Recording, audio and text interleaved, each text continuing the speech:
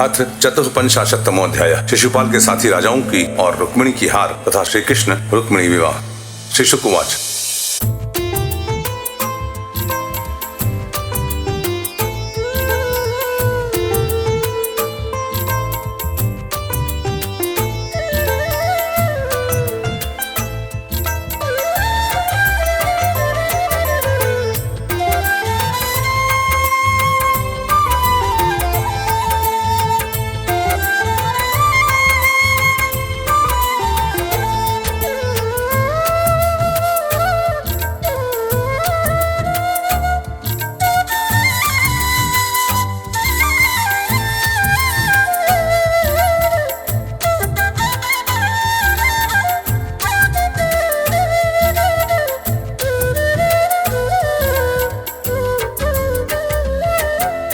इति सर्वे सुसंदग्धा महानानुदंशिता स्वसर्वलः परिक्रांता अंगीयुधित कार्मुका।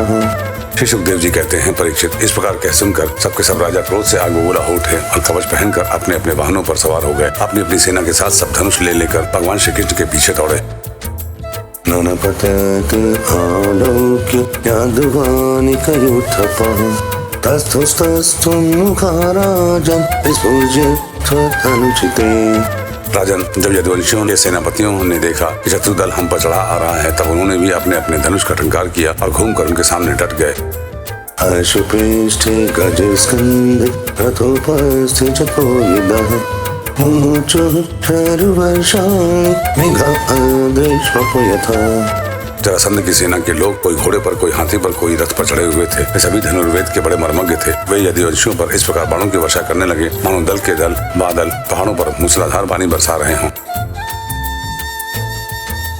पथिर्बाणं शरसारं शन्नं वीक्ष्य सुमध्यमां सविदुमेक्षतद्वक्त्रं वयविवलोचना। परम सुंदरी रुक्मिणी जी ने देखा कि उनके पति श्री कृष्ण की सेना बाण वर्षा से ढक गई है। तब उन्होंने लज्जा के साथ भयभीत नेत्रों से भगवान श्री कृष्ण के मुख की ओर देखा। प्रहस भगवानाः भस्मभैर्वामनुचने विनञ्चत्य दुनैवेतत्तावके ध्रुवं बलम्। भगवान ने हंसकर कहा, सुंदरी, डरो मत, तुम्हारी सेना अभी तुम्हारे शत्रुओं की सेना को नष्ट किए डालती है। तेषां तद्विक्रमं वीरा गदसङ्कषादयः अमृष्यमपनाराचजगुर्यय गजनरथान्। इधर गद और संकर्षण आदि यदुवंशी वीर अपने शत्रुओं का पराक्रम और अधिक न सह सके। वे अपने बाणों से शत्रुओं के हाथी, घोड़े और रथों को छिन्न भिन्न करने लगे। हितुषीणां सिंहतीं वशीनां यजिनां भुवि सकुण्डलकिरीटानि पुष्पशाणि च कोटिशः हस्तासासी गदिश्वास पूर्वं क्रयन् अश्वाश्वतरनागोष्ठ कर्मर्थ शिरांसि च। उनके बाणों से रथ, घोड़े और हाथियों पर बैठे हुए पक्षी वीरों के कुंडल, किरीट और पगड़ियों से सुशोभित करोड़ों सिर, खड्ग, गदा और धनुषयुक्त हाथ, पहुंचे, जांघें और पैर कट कर पृथ्वी पर गिरने लगे। इस प्रकार घोड़े, खच्चर, हाथी, ऊंट, गधे और मनुष्यों के सिर भी कट कर रणभूमि में लौटने लगे। हन्यमान बलानीक विष्णुतेजैकांक्षिभिः राजनो विमुखा जग्म जरासन्ध पुरःसरा। अंत में विजय की सच्ची आकांक्षा वाले यदुवंशियों ने शत्रुओं की सेना तहस नहस कर डाली। जरासंध आदि सभी राजा युद्ध से पीठ दिखाकर भाग खड़े हुए। शिशुपालं समवेत्य हृतधारमिवातुरं नष्टत्वेषं गतोत्साहं शुषेध्वनमब्रुवम्। उधर शिशुपाल अपनी भावी पत्नी के छिन जाने के कारण मरणासन्न सा हो रहा था। न तो उसके हृदय में उत्साह रह गया और न तो शरीर पर कांति। उसका मुख सूख रहा था। उसके पास जाकर जरासंध कहने लगा,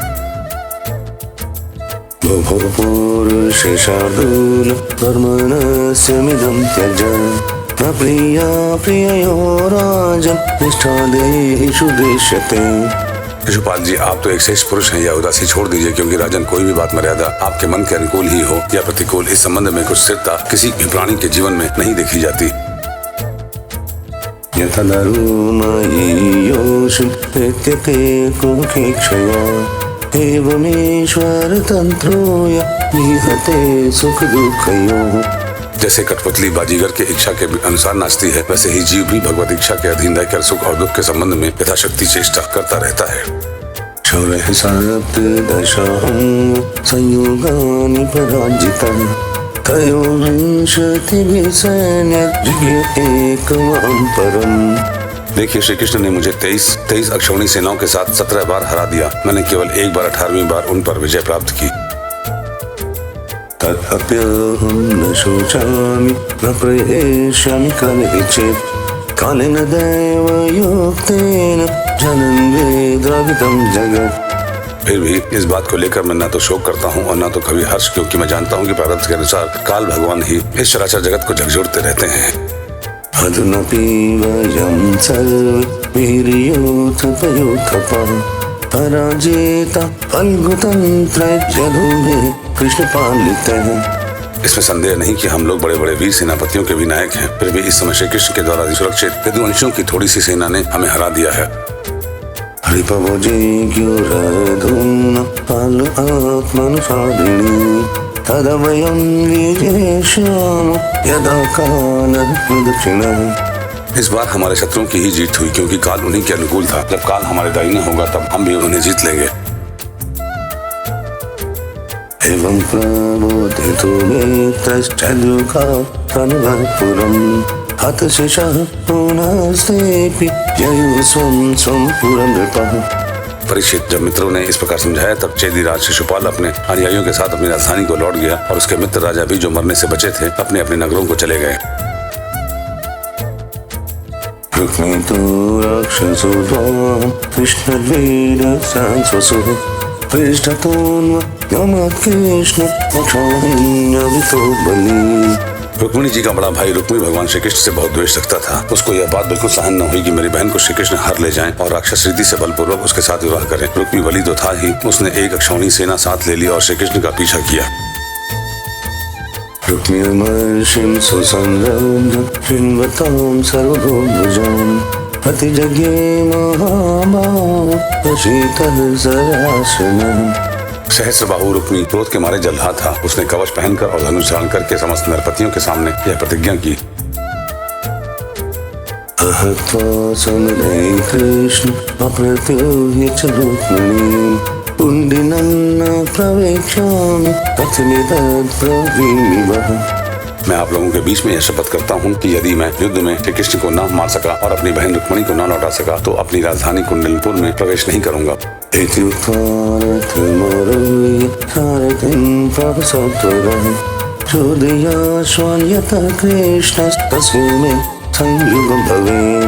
परीक्षित यह कहकर वह रथ पर सवार हो गया। सारथी से बोला, जहाँ कृष्ण हो वहाँ शीघ्र से शीघ्र मेरा रथ ले चलो। आज मेरा उसी के साथ युद्ध होगा।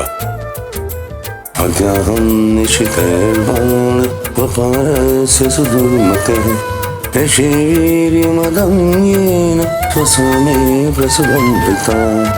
आज मैं अपने तीखे बाणों से उस खोटी बुद्धि वाले ग्वाले के बलवीर का घमंड चूर चूर कर दूंगा। देखो तो उसका साहस वह हमारी बहन को बलपूर्वक हर ले गया है। विगतमानः कुन्ति ईश्वरस्यापमवेत् प्रतिनकेन गोविन्दं तिष्ठत्यथव्यत्। परीक्षित, रुक्मी की बुद्धि बिगड़ गई थी। वह भगवान के तेज प्रभाव को बिल्कुल नहीं जानता था। इसी से इस प्रकार बहक बहक कर बातें करता हुआ एक ही रथ से श्री कृष्ण के पास पहुंचकर ललकारने लगा, खड़ा रहे, खड़ा रहे। धनुर्कृष्ण सुदृढं जगन्कृष्णं त्रिभिशरः आहतात्क्षणं तिष्ठ यदूनां कुलपांसुनां पुत्रयासि स्वसरं मुषित्वा ध्वांक्षवतवि हरिषेद मदं मंद मायिन कोटयोधिना। उसने अपने धनुष को बलपूर्वक खींचकर भगवान श्री कृष्ण को 3 बाण मारे और कहा, एक क्षण मेरे सामने ठहर। यदि वंशियों के कुल कलंक जैसे कौवा होम की सामग्री चुराकर उड़ जाए, वैसे ही तू मेरी बहन को चुराकर वहाँ भागा जा रहा है। अरे मंद, तू बड़ा मायावी और कपट बुद्धि में कुशल है। आज मैं तेरा सारा गर्व खर्व किए डालता हूँ। यवन में हतो बाण चयिता मंचदाधिकाम् मयं कृष्ण धनुचेत्वा शल्ये यदुर्किलम्। देख, जब तक मेरे वाण तुझे धरती पर सुला नहीं देते, उसके पहले ही इस बच्ची को छोड़कर भाग जा। रुक्मी की बात सुनकर भगवान श्री कृष्ण मुस्कुराने लगे। उन्होंने उसका धनुष काट डाला और उस पर 6 बाण छोड़े। अष्टभिश्च तुभोवान् भव्यं सूतं ध्वजं त्रिभिः ध्वजान्यत् धनुराधाय कृष्णं विव्यध पंक्तिभिः। साथ ही भगवान श्री कृष्ण ने 8 बाण उसके 4 घोड़ों पर और 2 सारथी पर छोड़े और 3 बाणों से उसके रथ की ध्वजा को काट डाला। जब रुक्मिणी ने दूसरा धनुष उठाया और भगवान श्री कृष्ण को 5 बाण मारे। तस्ताडितः शरोगैस्तु कृच्छेद धनुराच्युतः पुनरन्यदुपादत्त तदप्यक्षेणरव्ययः। उन बाणों के लगने पर उन्होंने उसका वह धनुष भी काट डाला। रुक्मिणी ने इसके बाद एक और धनुष लिया, परंतु हाथ में लेते अविनाशी अच्युत ने उसे भी काट डाला। परिघं पटिशं शूलं धर्मासी शतितोमरो यद्यदायुधमादत्त स सर्वं योक्षिन्नधरे। इस प्रकार रुक्मिणी ने परिघ, पट्टिश, शूल, ढाल, तलवार, शक्ति और तोमर जितने अस्त्र शस्त्र उठाए उन सभी को भगवान ने प्रहार करने के पहले ही काट डाला। धतुरथादवप्लुत खड्गपाणिजिघांसया कृष्णमाभ्य प्रवक्रोध पतंग इव पावकम्। अब रुक्मिणी क्रोधवश हाथ में तलवार लेकर भगवान श्री कृष्ण को मार डालने की इच्छा से रथ में कूद पड़ा और इस प्रकार उनकी ओर झपटा जैसे पतंगा आग की ओर लपकता है। तस्य चापततः खड्गं तिलशस्त्रमुचिषुभिः चित्वा सीमद्देतीग्मं रुक्मिणम् हन्तुमुद्यतः। जब भगवान ने देखा कि रुक्मिणी मुझ पर चोट करना चाहता है, तब उन्होंने अपने बाणों से उसकी ढाल तलवार को तिल तिल करके काट दिया और उसको मार डालने के लिए हाथ में तीखी तलवार निकाल ली।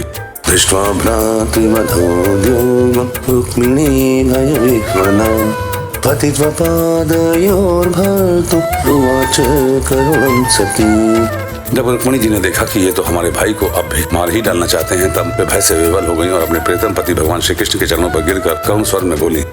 योगेश्वरा प्रमेयात्मा देवदेव जगत्पते हन्तुं नार्हसि कन्यां प्रातरं मे महाभुज।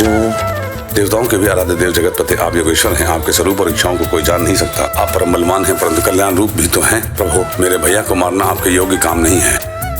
श्री शुकवाच तया परित्रास विकम्पिताङ्गया शुचा वशोषन् मुखरोधकण्ठया आतर्यविसंसुप्ता हेममालया विहितपादः करुणोऽन्यवर्तता।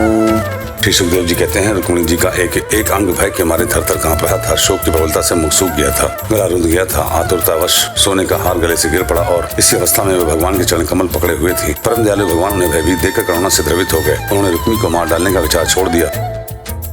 चलेन बध्वं साधु कारुणं सश्मश्रुकेशं प्रपन्व्यरूपया तावन्मामधुपर सैन्यमद्भुतं यदुप्रवीरा नलिनी यथाव्रजा।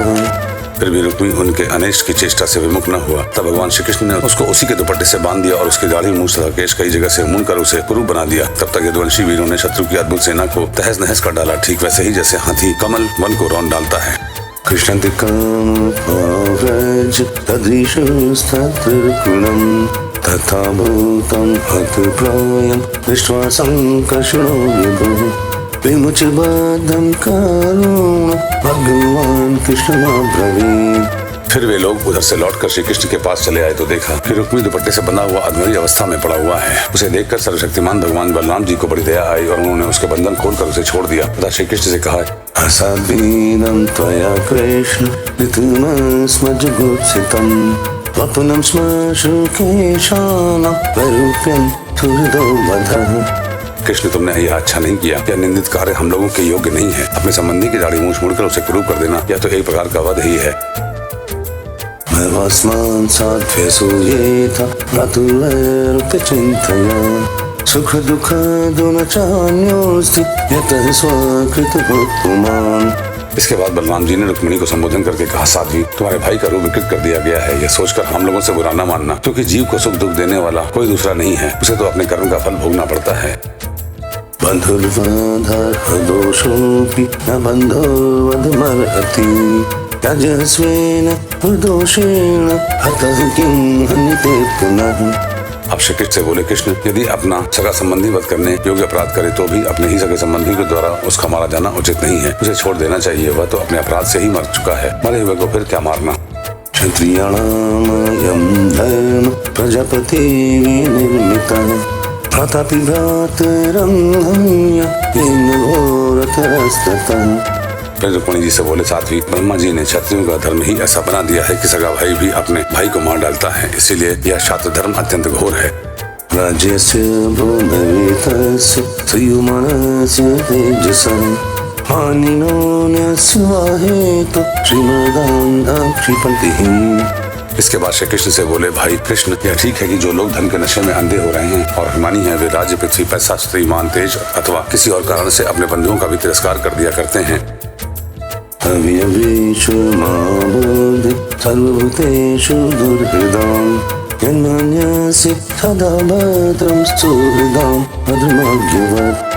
अब वे रुक्मिणी जी से बोले, साध्वी तुम्हारे भाई बंधु समस्त प्राणियों के प्रति दुर्भाव रखते हैं। हमने उनके मंगल के लिए ही उनके प्रति दंड विधान किया है, उसे तुम अज्ञानियों की भांति अमंगल मान रही हो, यह तुम्हारी बुद्धि की विषमता है।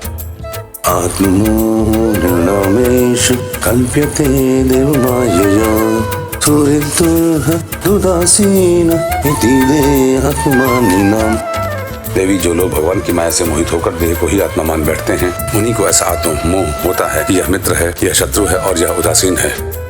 एक एव परो ह्यात्मा सर्वेषामपि देहिनां ज्ञानमग्रीयते मूढ यथा यथा नभः।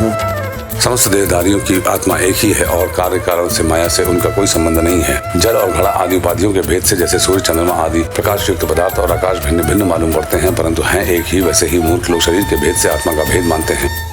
देह आद्यन्तवानेषु द्रव्यप्राणयोनात्मकम् आत्मन्य विद्यया क्लेप्तः संसारयति देहिनाम्। यह शरीर आदि और अंत वाला है, पंचभूत, प्राणचित, मराण, तन्मात्रा और त्रिगुण ही इसका स्वरूप है। आत्मा में उसके अज्ञानता से ही इसकी कल्पना हुई और वह कल्पित शरीर ही जो उसे मैं समझता है, उसको जन्म मृत्यु के चक्कर में ले जाता है। नात्मनोऽन्येन संयोग वियुगश्चासतः सति तदेतो त्वत्प्रसिद्धे विरूपाभ्यं यथा रवेः। साध्वी, नेत्र और रूप दोनों ही सूर्य के द्वारा प्रकाशित होते हैं, सूर्य ही उनका कारण है, इसीलिए सूर्य के साथ नेत्र और रूप का न तो कभी वियोग होता है और न संयोग। इस प्रकार समस्त संसार की सत्ता आत्मसत्ता के कारण जान पड़ती है। समस्त संसार का प्रकाशक आत्मा ही है, फिर आत्मा के साथ दूसरे असत पदार्थों का संयोग या वियोग हो ही कैसे सकता है। जन्मादयस्फुरेहस्य त्रिक्रियानात्मनात्मचित् फलानामिव नैवेन्दो प्रतिर्यास्य कुर्रिवा। जन्म लेना, रहना, बढ़ना, बदलना, घटना और मरना, ये सारे विकार शरीर के ही होते हैं, आत्मा के नहीं। जैसे कृष्ण पक्ष में कलाओं का ही क्षय होता है, चंद्रमा का नहीं, परंतु अमावस्या के दिन व्यवहार में लोग चंद्रमा का ही क्षय हुआ कहते सुनते हैं, वैसे ही जन्म मृत्यु आदि सारे विकार शरीर के ही होते हैं, परंतु लोग उसे ब्रह्मवश अपना अपने आत्मा का मान लेते हैं। यथा शयन आत्मान विषयान् फलमेव च अनुभूतेऽप्य सत्यार्थे तथात्मोऽत्यर्बुधभवन्। जैसे सोया हुआ पुरुष किसी पदार्थ के न होने पर भी स्वप्न में भोक्ता, भोग्य और भोग रूप फलों का अनुभव करता है, उसी प्रकार ज्ञानी लोग झूठ मूठ संसार चक्र का अनुभव करते हैं। तस्माद् ज्ञानजं शोकमात्मशोष विमोहनम् तत्त्वज्ञानेन निर्हृत्य रसाभावशुषिस्मृते। इसीलिए साध्वी, अज्ञान के कारण होने वाले इस शोक को त्याग दो। यह शोक अंतःकरण को मुरझा देता है, मोहित कर देता है, इसीलिए इसे छोड़कर तुम अपने स्वरूप में स्थित हो जाओ। श्री शुकवाच। एवं भगवता तन्ब्राह्मण प्रतिबोधितां वैमनस्यं परित्यज्य मनोबोध समादधे। श्री सुखदेव जी कहते हैं, परीक्षित, जब बलराम जी ने इस प्रकार समझाया तब परम सुंदरी रुक्मिणी जी ने अपने मन का मैल मिटाकर विवेक बुद्धि से उसका समाधान किया। प्राणावशेषु श्रेष्ठ दृढविहत बलप्रभः स्वरन् वीरूपकारण वितुधात्मनोरथः। रुक्मी की सेना और उनका देश का नाश हो चुका था, केवल प्राण बच रहे थे। उसके चित्त की सारी आशा अभिलाषाएं व्यर्थ हो चुकी थीं और शत्रुओं ने अपमानित करके उसे छोड़ दिया था। उसे अपने विरूप किए जाने की कष्टदायक स्मृति भूल नहीं पाती थी। चक्रे भुजकटं धाम निवासय महत्पुरम् अहत्वा दुर्मतिं कृष्ण अप्रतुर्य यव्यसी कुंडिनं न प्रवेक्ष्यामि कृत्वा तत्र वसदृशा। अतः उसने अपने रहने के लिए भोजकट नाम की एक बहुत बड़ी नगरी बसाई। उसने पहले ही यह प्रतिज्ञा कर ली थी कि दुर्बुद्धि कृष्ण को मारे बिना और अपनी छोटी बहन को लौटाए बिना मैं कुंडिनपुर में प्रवेश नहीं करूंगा। इसलिए क्रोध करके वह वहीं रहने लगा। भगवान भीष्म सूता एवं निर्जित भूमिपान पुरमनीय विधि पदुपये में पूर्वः। परीक्षित भगवान श्री कृष्ण ने इस प्रकार सब राजाओं को जीत लिया और विदर्भ राजकुमारी रुक्मिणी को द्वारका में लाकर उनका विधि पूर्वक पाणी ग्रहण किया।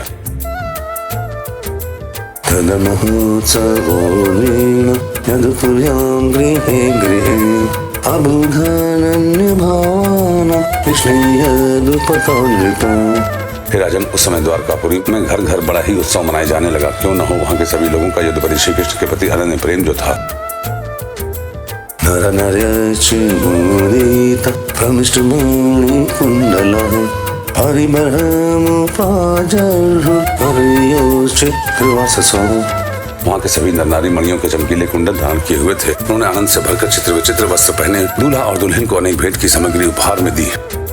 सावैष्णी पर्युत भीतेन्द्र के तुलीर विचित्र माल्या मर रत्न तोरण वह प्रतिद्वार युपक्रे प्लतुमंगल अपूर्ण कुंभा गुरुलोक दीपक। उस समय द्वारका की अपूर्व शोभा हो रही थी। कहीं बड़ी बड़ी पताकाएं बहुत ऊंचे तक फहरा रही थी। चित्र विचित्र मालाएं, वस्त्र और रत्नों के तोरण बंधे हुए थे। द्वार पर दूब, खीर आदि मंगल की वस्तुएं सजाई हुई थी। जल भरे कलश, अर्घजा और धूप की सुगंध तथा दीपावली से बड़ी ही विलक्षण शोभा हो रही थी।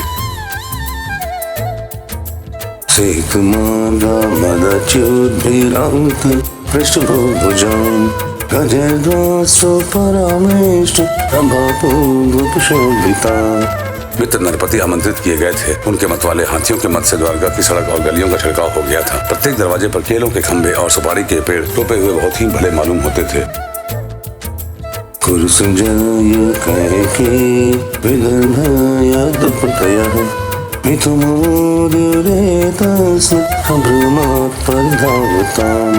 उस उत्सव में कौतूहलवश इधर उधर दौड़ धूप करते हुए बंधु वर्गों में कुरु, संजय, कैकेयी, विदर्भ, यदु और कुंती आदि वंशों के लोग परस्पर आनंद मना रहे थे।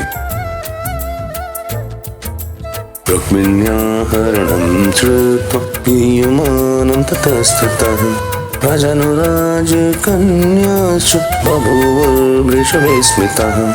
जहाँ जहाँ रुक्मिणी हरण की ही गाथा गाई जाने लगी, उसे सुनकर राजा और राजकन्याएं अत्यंत विस्मित हो गईं। द्वारकायां बभूद्राजन् महमुदपुरप्रसां रुक्मिण्या रमयोपेतं दृष्ट्वा कृष्णं श्रियपतिम्। महाराज, भगवती लक्ष्मी जी को रुक्मिणी के रूप में साक्षात लक्ष्मीपति भगवान श्री कृष्ण के साथ देखकर द्वारकावासी नर नारियों को परम आनंद हुआ।